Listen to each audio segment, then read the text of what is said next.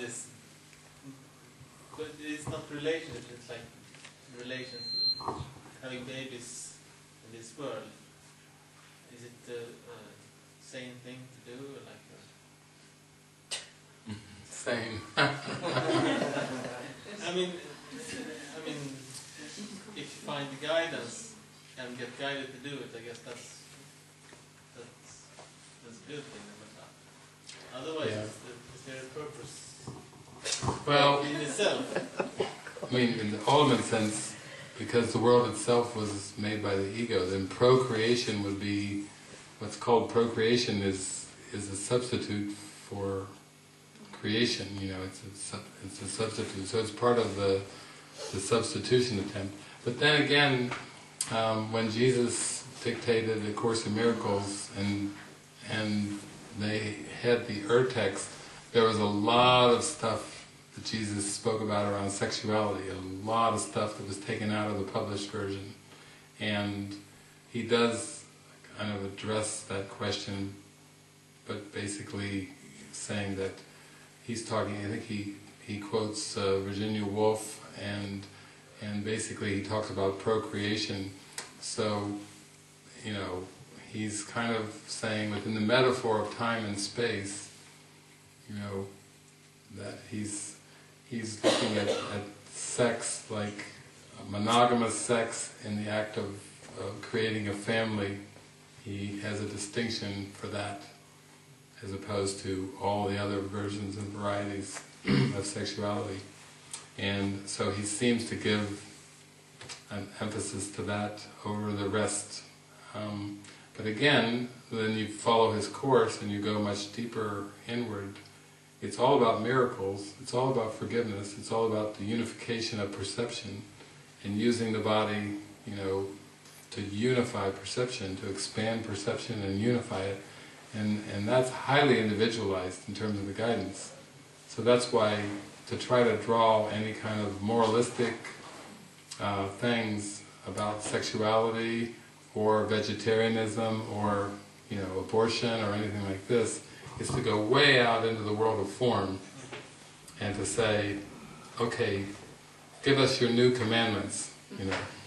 Tell me what kind of sex you want me to have, and what do you want me to eat and not eat, and should I do this and this and this, and again, the Course is not moralistic at all. It's about... You can't change depending on guidance. Yeah, I mean, it's highly individualized. We've had those discussions. You know, we were talking, Keith and I were talking about monogamy, and he was saying, is there... Okay, monogamy seems to have its point as a stepping stone towards disciplining the mind. You know, fidelity, monogamy seems to have a purpose in terms of disciplining the mind, when the mind can be tempted to all kinds of things, polygamy and many kind of things. But basically his question was, is there any circumstance under which polygamy or having a succession of sexual experiences or multiple partners, is there any circumstances where that could be useful and helpful?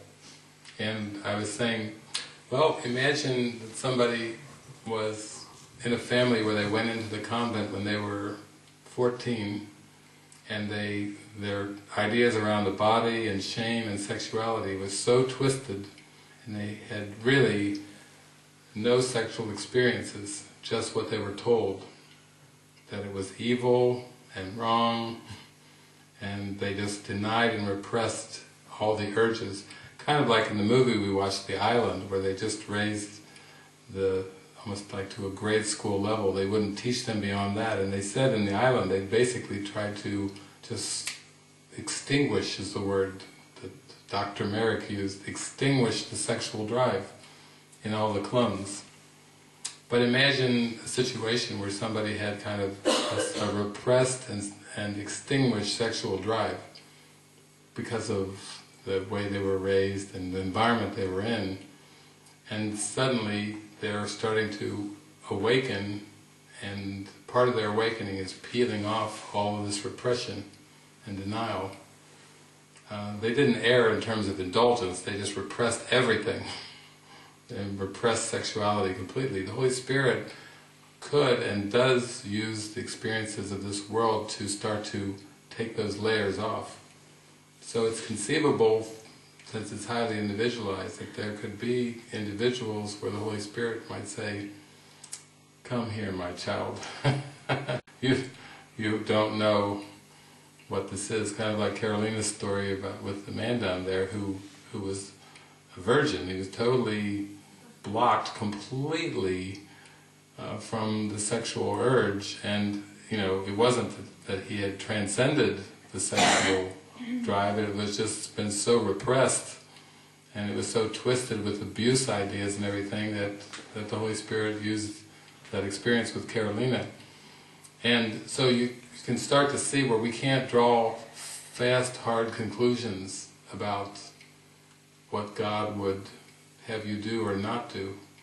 It's really what will help you open your mind up, what will help you break away from these defense mechanisms and start to come closer to wholeness in a gentle way. And we can't judge by the context. We can't say, "Oh, God would never," Because remember, God knows not form. The Holy Spirit's working with the mind to loosen the mind from these false ego beliefs. And whatever's happening in form, the behaviors which seem so important, are just projections of beliefs. And the Holy Spirit's in the mind loosening those beliefs. And really, people are so concerned, they feel so shameful about certain acts that they've done in their life or that they didn't do, that they should have done. And there's a great line in the Course where it says, "The Holy Spirit looks not to effects." There's actually a line in the Course that says, "The Holy Spirit looks not to effects." What do you think these are? These are false effects. It's not like there's a God in the sky, the Holy Spirit's going, I saw that. I saw that. It's more like Santa Claus, better watch out, better not pout, better not cry, I'm telling you why. It's almost like He sees you when you're sleeping, He knows when you're awake, He knows if you've been bad or good, so be good for goodness sake. The religions have copped on to the Santa Claus story. He knows if you've been bad or good, so you better be good, and follow this priest, follow this bishop, this cardinal, this pope, this Mother Superior or something, because they are a religious figure and they are representing God, and they'll tell you when you've been bad. Even stories of people coming through the Catholic system and nuns going around with rulers, snapping them on the hands when they did something wrong.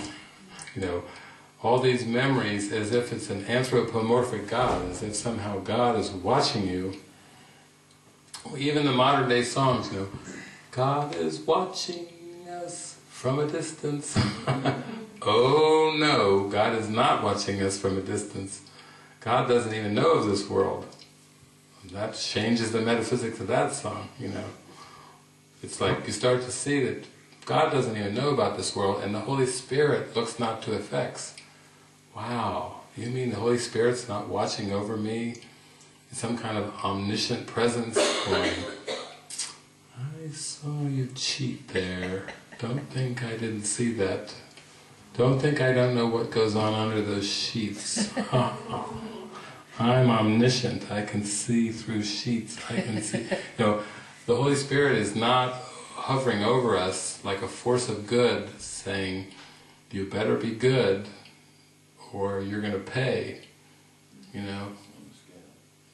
There's not a scale of justice. There is no justice in this world. It's the only justice is in heaven, which is that pure innocence. That's justice.